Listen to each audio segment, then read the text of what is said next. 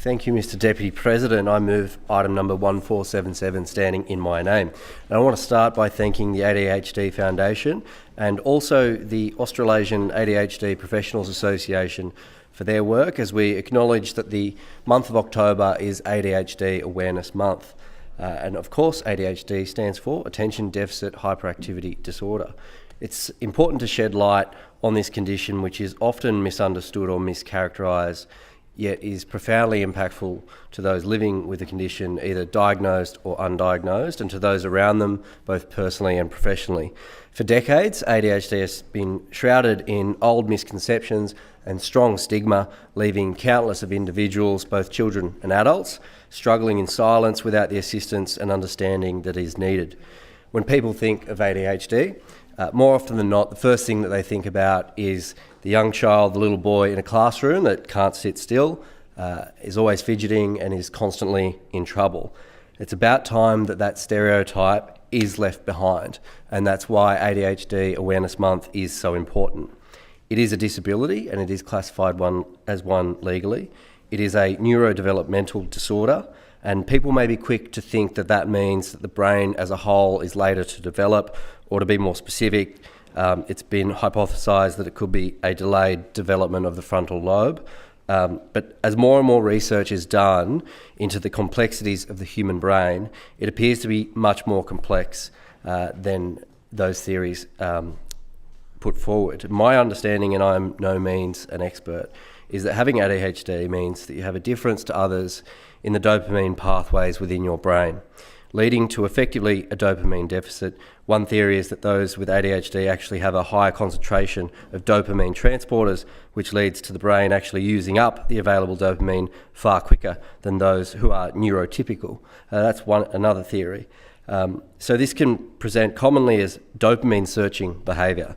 It can very much present as hyperactivity and or inattentiveness. To put it bluntly, we can get bored quicker than most, or we can have trouble getting motivated or staying motivated. It's why we get in trouble, and it's why many of us find ourselves drawn towards high-risk behaviours. And it's why we find it hard to focus on something that doesn't really engage or excite us. It's why we can end up in heated arguments more quickly and easily than most. A lack of understanding has led to misdiagnosis, inappropriate treatment, and a profound sense of differentiation and isolation for those affected, particularly when it's easy to simply be labelled as a bad kid, or a troublemaker, or an underachiever. We now recognise that ADHD exists on a spectrum, like the other well-known neurodivergent disorder, autism, and it encompasses a wide range of symptoms and presentations. This understanding has paved the way for more accurate diagnoses and tailored treatment approaches. One of the most significant developments in recent years has been the increased recognition of ADHD diagnosed in adults. For too long, adult ADHD was overlooked, with symptoms often attributed to other factors such as stress, anxiety, or simply a personality quirk. Today, we acknowledge that ADHD can not only persist into adulthood, but can also go undiagnosed until later in life, significantly impacting an individual's academic, professional and personal lives. Mr. Deputy President, it's been just 12 months now since I received my own ADHD diagnosis, and it's been a real struggle to come to terms with what that means. And to be really honest, it's been really hard to find a medication that suits best for me, alongside other methods other than medication alone. The evolution of treatment options for ADHD has paralleled the advancements in our understanding of the disorder. While medication remains cornerstone of treatment for many, the landscape has expanded to include a variety of non-pharmacological interventions, and despite the progress made, significant challenges remain in the realm of ADHD diagnosis and treatment. One persistent issue is the stigma associated with the disorder.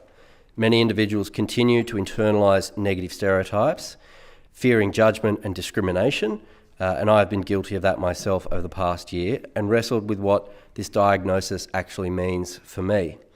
This stigma can delay diagnosis, it hinders individuals from seeking help and treatment along the way, and it can exacerbate the impact of ADHD on people's lives and the people around them.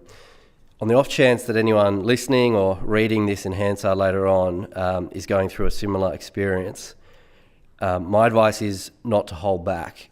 It can not only change your life for the better, to understand how your mind works, but it can give you the answers to questions you may have asked for a long while with no answer.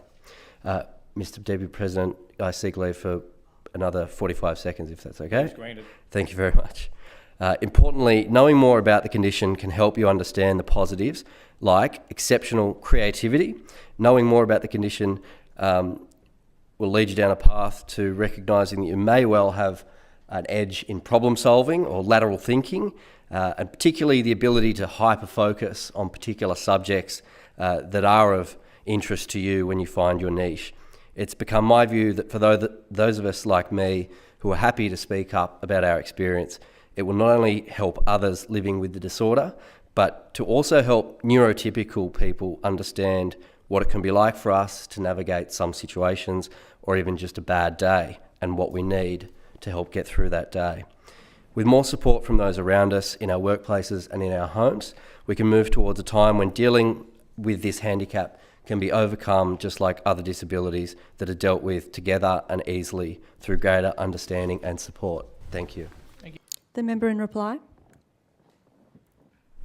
Thank you, Madam Assistant President.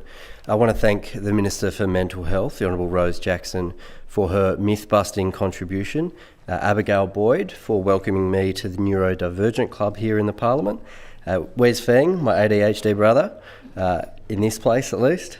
I too agree that I wouldn't... Don't distract me.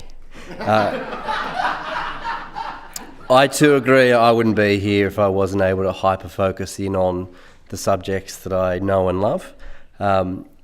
Emily Saval for noting some of the many positives that come from people with ADHD. Natasha McLaren-Jones, and yes, there is growing awareness, thank you for noting that it does impact females more than has been recognised in recent decades, and that is a constant topic in the ADHD community. Aileen McDonald, it is so true that youth with ADHD, whether diagnosed or not, are many, many times more likely to end up in the criminal justice system. The journey of ADHD awareness, I'd prefer to say just ADD, but anyway, we won't get into that, and treatment has been marked by significant progress over recent decades. Obviously, much more work remains to be done. The Senate inquiry into ADHD noted that over 1 million Australians at least live with ADHD, children and adults, diagnosed and undiagnosed, treated and untreated. A 2019 report by Deloitte estimated that the annual total cost of ADHD in Australia is over $20 billion per annum, comprising a financial burden of just under $13 billion and wellbeing losses of around $7.5 billion. Over and above that figure, there's also productivity losses at over $10 billion in 2019 dollars. People affected will have their own stories of the ADHD tax that many of us joke about, but it does have lifelong impacts on individuals and their families, including on self-esteem, physical and mental health, especially relationships, education, employment, and their financial situation. I want to leave you all with a line from a great write-up on the Headspace website, written last year by an anonymous contributor from Mount Druitt, and I want to just quote this one line from it. It aligns with what Abigail Boyd contributed in her speech earlier, and I quote, "As a lot of neurodivergent people have said, it is not my neurodivergence that makes me disabled, it is my environment," end quote.